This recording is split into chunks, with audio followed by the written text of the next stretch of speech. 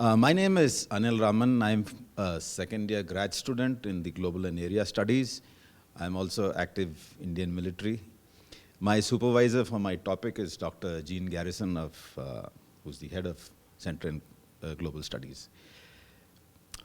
My research involves US foreign policy decision-making. How does the US make its foreign policy? What is it that makes US foreign policy change? And what is the role of leadership in foreign policy change? I look at US foreign policy towards India, and in particular, I look at the crisis of 1999 when India and Pakistan went to war in a remote part of Kashmir called Kargil. I have personal interest because I was a company commander and when I participated in the war, and I always wondered what is it that saved my posterior from getting shot. And of course, I later on commanded my battalion in Kashmir. So Kargil is a part of Kashmir. It's shown on the map where you see the bright, big red star. And Kashmir, as such, is a disputed state. It's been fought over between India and Pakistan in 3 wars. In fact, we have even fought the Chinese there. So it's a supposedly a very valuable piece of real estate. And since the early 1990s, it's been an even more volatile place, basically because the Kashmiri insurgency started there. In the late 90s, in fact in 1998, both India and Pakistan exploded nuclear weapons. They tested nuclear weapons. And this raised the tension in this area even further. And peace talks were held to mitigate the tension. However, even while the talks were on, the Pakistani army infiltrated into this area called Kargil, where they threatened a strategic highway. And this resulted in India launching full-scale military operations to retake the area. And this spiraled into a conflict in which nuclear rhetoric began to get exchanged. This naturally led to the entire world getting worried. And the US played an important role in intervening in this conflict, mediating and bringing it to a successful sort of conclusion. Now the conclusion favored India, and the US leadership in terms of the president and his advisors played an important role in favoring India. And this eventually resulted in the friendship that the United States and India share today. The relations between both these countries were not always good. Traditionally, it's been lukewarm, and at times it's been outright hostile. This is basically because the United States and India were on different sides in the Cold War. Pakistan, which is a traditional adversary of India, was part of the US security groupings in the area, and which led to the United States arming Pakistan. India's nuclear explosion of 1974 again generated a lot of opposition from the United States. And finally, India followed a Soviet socialist model of economic development, which did not really interest the US business.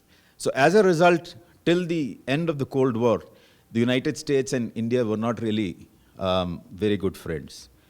However, the vast structural changes which took place after the end of the Cold War threw up new challenges and opportunities for the United States to change its foreign policy.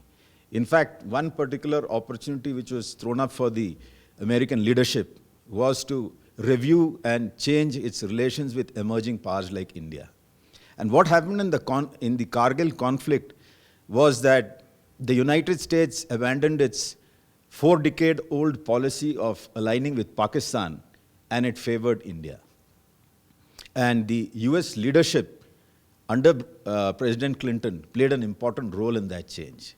So that brings me to my research question, which is, what role do leaders play in decision-making leading to foreign policy change? And to analyze this, I take a case study of the leadership in the Clinton presidency during the Kargil crisis, because it was after the Kargil crisis that the change in US policy towards India was very visibly discernible. I did this by analyzing 3 major aspects. One was presidential leadership in terms of style, management, interest, and involvement. Then looking at the advisory arrangements of the Clinton presidency in terms of the organization, the key players or the key advisors, and the process of decision making. And finally, I analyzed the effect of international and domestic factors on the important leaders in terms of the president and his advisors. To gather data for my research, I also I did my field work, not in the Himalayas or Panama, but in a less interesting place in Washington, D.C. and New Delhi. I was a visiting fellow in the US National Defense University at Fort McNair, and the NDU helped me gain access to a large number of retired officials of the State Department, the CIA, and the Pentagon. I also interviewed a large number of academics, both in US and in India. And finally, I did archival work in the National Security Archives in George Washington University and in the Indian Archives in New Delhi. So what were my findings? My findings were that Clinton, while he had a reputation of being less experienced and less involved in his first term when he was the president, in his second term, he was far more involved and he was interested in foreign policy. He was personally interested in India because of India being a democracy and its vast economic potential. And that sort of played into Clinton's foreign policy vision of, enlarging democratic free markets. He was very worried over nuclear stability. In fact, reducing the danger of nuclear weapons globally was one of his important foreign policy aims when he came into power. And he pursued that both with the Russians to reduce the nuclear stockpiles, as well as he tried to implement the nuclear non-proliferation treaty, which would have prevented the other countries, other than the P5 countries, from acquiring nuclear weapons. So when India and Pakistan carried out their nuclear tests, he was very worried. And not only the United States, the other countries, major powers also were very worried. And he sort of coordinated the global pressure on these two countries. And when Pakistan finally approached the United States for intervention, Clinton personally got involved in the mediation between India and Pakistan. In terms of the nitty-gritties of management, he had an informal management style, and he moved beyond the formal National Security Council process, and he had a small advisory group of key advisors and experts on South Asia and nuclear issues, and he used them to deal with India and Pakistan. His point person was Strobe Talbot, who presently heads the Brookings Institution in Delhi. He was the Deputy Assistant Secretary of State, and he was a personal friend of Bill Clinton.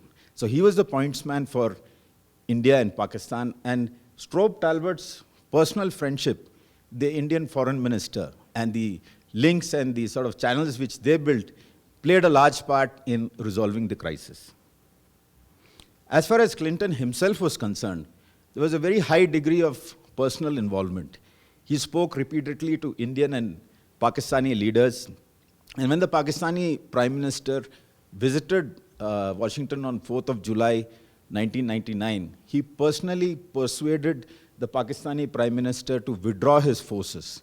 And this had the effect of resolving the crisis and preventing a possible nuclear conflict. And this also marked a turning point in US-India relations to where we are today. So what are my conclusions? Firstly, presidential power in foreign policy has evolved since the Vietnam War. And there is this thought that the president is not as relevant in foreign policy as he was before that. But this my research proves that the president is still highly influential in foreign policies, particularly on issues which are high on his foreign policy agenda. The growing complexity of foreign policy in terms of other non-traditional sort of aspects influencing foreign policy, like the environment or economy and so on and so forth, it means that advisors become increasingly important. Therefore, for the selection of advisors and their arrangement for providing advice is very important. Traditionally, US-India relations have been looked at from the structural viewpoint and in terms of state relations. What my research sort of discovered is that individuals also play an important part in the relations between these two countries, and it merits further study. The nuclear factor. The nuclear factor plays and will play an important part in the relationship between the United States and India on two aspects. One is the nuclear potential for nuclear instability between India and Pakistan, and therefore the requirement of the United States to be involved.